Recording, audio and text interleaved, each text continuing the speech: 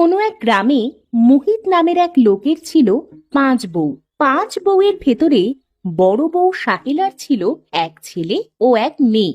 একদিন মুহিতের 5 বউ ও তাদের ছেলে মেয়ে বসে গল্প করছিল।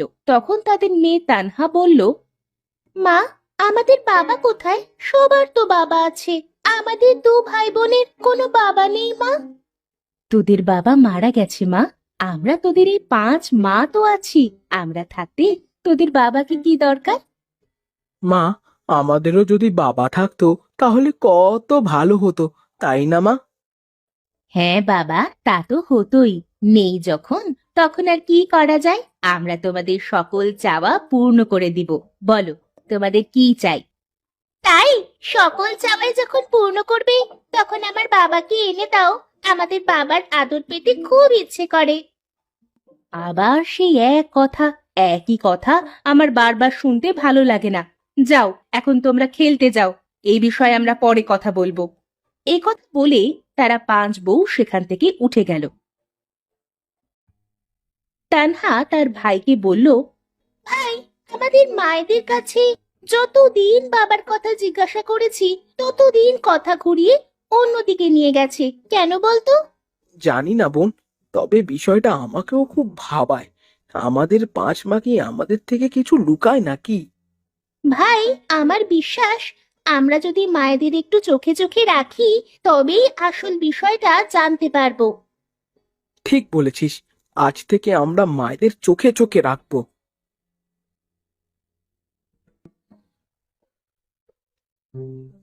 সেদিন রাতে তারা 5 বউ ঘরে বসে একটা সোনালী থালা তাদের সামনে রেখে বলল, এই থালার ভেতরে আমাদের আসল রহস্য লুকিয়ে আছে।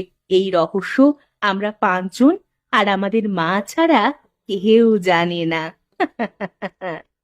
হ্যাঁ, সামনে পূর্ণিমা রাত আসার আগেই আমাদের মায়ের কাছে থালাটি নিয়ে যেতে হবে।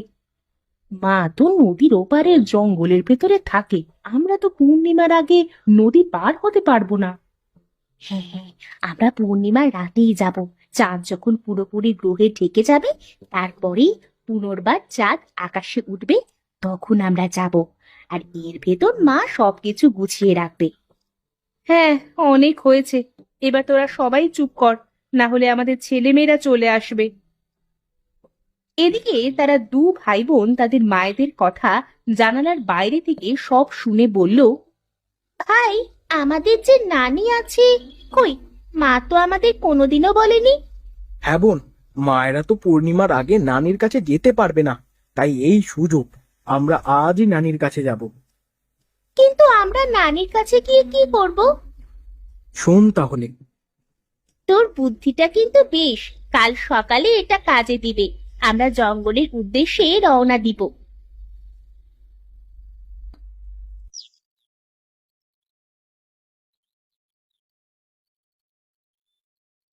পরের দিন সকালে তারা 2 ভাই বোন জঙ্গলের উদ্দেশ্যে রওনা দিল।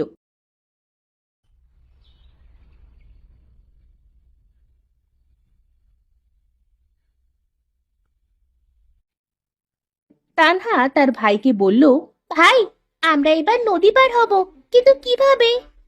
ওই দেখ বোন, একটা নৌকা দেখা যাচ্ছে, চল আমরা ওই নৌকাটায় উঠি।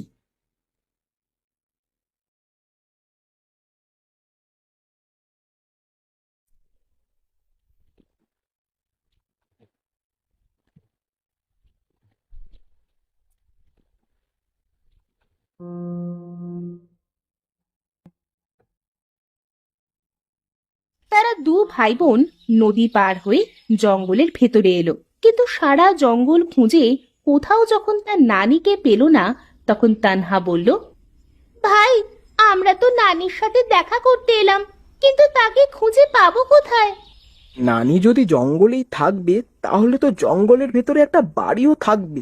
কই, কোথাও তো বাড়িঘর দেখতে পাচ্ছি না। এমন সময় একটা রাক্ষসী তাদের দুজনের সামনে এসে বলল, এই, তোরা কে রে? এই গভীর জঙ্গলে তোরা কি করছিস? ভাই, রাক্ষসী এবার তো আমাদের খেয়ে ফেলবে। ভয় পাস না বোন, এই জঙ্গলে আমাদের নানি আছে, আমাদের কেউ কিচ্ছু করতে পারবে না। কে আছে বললি? তোদের নানি? এই গভীর জঙ্গলে তোদের নানি কি করছে? তা জানি না। আমার মা সাহেলা আমাদের দুই ভাই বোনকে পাঠিয়েছে নানির কাছে। কি বললি? তোর মায়ের নাম সাহেলা? ও তো আমার মেয়ে, তোরা আমার নাতি নাতনি। আহারে, জন্মের পরে তোদের আমি চোখেই দেখিনি। কি বলছো নানি? আমার মা তো মানুষ, কিন্তু তুমি রাক্ষস হলে কিভাবে? আমার সোনারা, চল আগে আমার রাক্ষস রাজ্যে চল, তারপর তোদের আমি সব খুলে বলবো। তারা দু ভাই বোন তাদের রাক্ষস নানির সাথে গেল রাক্ষস রাজ্যে। রাক্ষসী তো তাদের দু ভাই বোনকে পেয়ে খুব খুশি, তাদের অনেক আদর যত্ন করলো। হ্যাঁ নানু ভাইয়েরা, এবার বল তোদের মা কি করতে পাঠিয়েছে? নানি, মা বলেছিল পূর্ণিমার রাতের আগে নদী পার হয়ে তোমার কাছে আসতে পারবে না। তুমি যেন সবকিছু আগে থেকে গুছিয়ে রাখো।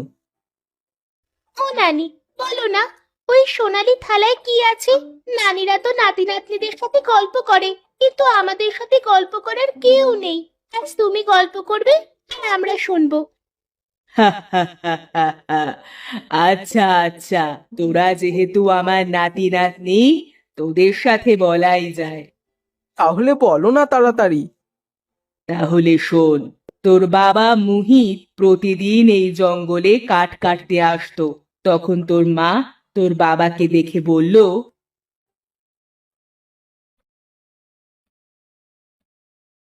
মা, আমি যদি এই মানুষ কাঠুরেকে বিয়ে করি তবে কেমন হবে?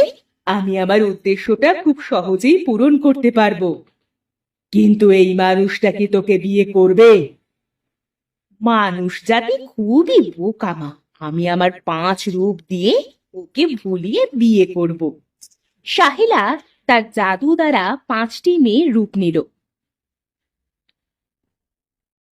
এবং মুহিত যেখানে কাঠ কাটছিল তার পাশে গিয়ে কাঁদতে লাগলো। কারা কাঁদছে এমন গুনগুন করে? মোহিত চারপাশে তাকিয়ে দেখলো 5জন সুন্দরী মেয়ে একটা গাছের নিচে বসে কাঁদছে। মোহিত তাদের কাছে গিয়ে বলল, এই মেয়েরা, তোমরা এখানে বসে কাঁদছো কেন? আমরা 5 বোন, আমাদের যাওয়ার কোনো জায়গা নেই। প্রায় সন্ধে হয়ে এলো, আমরা এখন কোথায় যাব? এই জঙ্গলে বসে তাই আমরা কাঁদছি। তোমাদের আপত্তি না থাকলে তোমরা আমাদের বাড়িতে যেতে পারো। আমরা যেতে পারি, তবে একটা শর্তে। আমাদের 5 বোনকে তোমার বিয়ে করতে হবে, তাহলেই আমরা তোমার সাথে যাব। তোমাদের যদি কারো কোনো আপত্তি না থাকে তবে আমি সবাইকে বিয়ে করব। না, আমাদের কোনো আপত্তি নেই। কাঠুরে তাদের 5 বোনকে বিয়ে করে তার বাড়িতে নিয়ে গেল।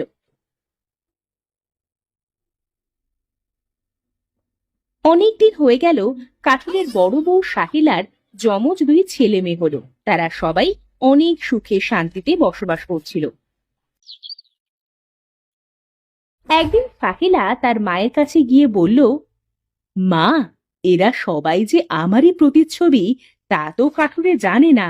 আমি তো একাই একজন। কিন্তু মা, তুই এক রূপে ফিরবি কবে? মা, আমার এই 5 রূপ তখনই এক রূপে ফিরে আসবে যখন কাঠুরের হাড় আর আমার রাক্ষসী গয়না দিয়ে আমি একটা সোনালী থালা বানাতে পারবো। কিন্তু তুই সোনালী থালা দিয়ে কি করবি মা? মা, আমি পৃথিবীতে একটা বড় শয়তান হতে চাই, যে অমর থাকবে। কিন্তু আমার 5টি রূপের জন্য আমি হতে পারছি না। কিন্তু তুই এখন তোর এই 5 রূপ এক রূপে আনবি কিভাবে? আমার স্বামীর হার আর আমাদের রাক্ষসী গহনা দিয়ে একটা সোনালী থালা বানিয়ে তাতে যদি আমি খাবার খাই তবে আমি অমর হব, আর আমার 5টি রূপ এক রূপে আসবে। কিন্তু তোর যে ছোট ছোট বাচ্চা আছে, তাদের কি করবি মা? তারা আমার সন্তান, তারা আমার সাথেই থাকবে। আমার 100তম জন্মদিনের পূর্ণিমার রাতেই আমি ওই থালায় ভাত খাবো। তার মানে মায়ের 100তম জন্মদিনের পূর্ণিমার রাত কাল? হ্যাঁ নানু ভাই, তবে আমি যে তোদের এত কথা বললাম, তোরা যেন তোদের মায়ের সাথে বলিস না। না নানি, আমরা বলবো না। কালই সেই 100তম পূর্ণিমা রাত, কাল রাতের মধ্যে প্রহরে তোর মায়ের জন্য যজ্ঞর আয়োজন করব। ওই সোনালী থালায় তোর মা যদি কাল ভাত খায়, তবে সে অমর হয়ে যাবে। নানি, আমার বাবাকে তো তাহলে আর কোনোদিনও ফিরে পাবো না, তাই না? হ্যাঁ পাবি, যদি কাল যজ্ঞের আগে এই টিয়া পাখির রক্ত ওই সোনালী থালার ওপর দিস, তবে তোর বাবা আবার ফিরে আসবে, কিন্তু তোর মা মারা যাবে। কারণ ওই থালায় তোর মায়ের বিশেষ কিছু মন্ত্র পাঠ করা আছে। সব বুঝতে পেরেছি আমরা নানি। আমি এখন অচিন দ্বীপে যাব জ্বলন্ত গাছের কাঠ আনতে। কাল যজ্ঞে লাগবে, তোরা এখানেই থাক, আমি কালকের ভেতরে ফিরে আসবো। রাক্ষসটি তাদের দেখে অচিন দ্বীপে চলে গেল। আর এদিকে তারা দু ভাই বোন টিয়াটির কাছে গিয়ে বলল, ভাই, এই সুযোগ, চল আমরা টিয়াটাকে নিয়ে এর রক্ত সোনালী থালায় দিই। দেখবি আমাদের বাবা আমাদের কাছে ফিরে আসবে। কিন্তু মা যে মারা যাবে। যেহেতু মা রাক্ষসী, তার কাছে আমাদের সবার প্রাণ সংকট আছে, তাই আমাদের অনিচ্ছা সত্ত্বেও মাকে মারতে হবে। তারা দু ভাই বোন টিয়াটাকে নিয়ে বাড়ির উদ্দেশ্যে রওনা দিল।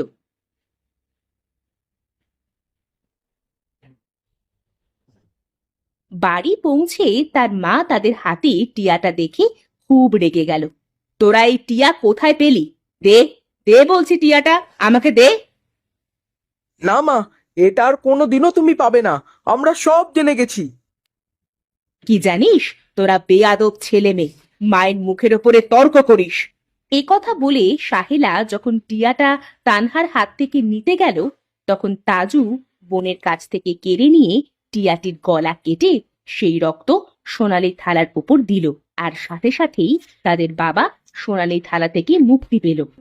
আহ, মারা গেলাম! কি করলি এটা তোরা? আমাকেই মেরে ফেললি! ক্ষমা করো মা, তুমি একটা নিষ্পাপ মানুষের সাথে অন্যায় করছিলে, তাই তোমাকে মারতে হলো। কে আমাকে এই বন্দি জীবন থেকে মুক্ত করলো? বাবা, আমরা। তানহা তখন তার বাবার সাথে সব খুলে বলল। বিশ্বাসঘাতক, আমি তোদের বিশ্বাস করেছিলাম, আর শেষে তোরাই আমার জীবন নিচ্ছিলি। আয় মা, তোরা আমার বুকে আয়। এরপর মোহিত তার দু ছেলে মেয়েকে নিয়ে সুখে শান্তিতে বসবাস করতে লাগলো।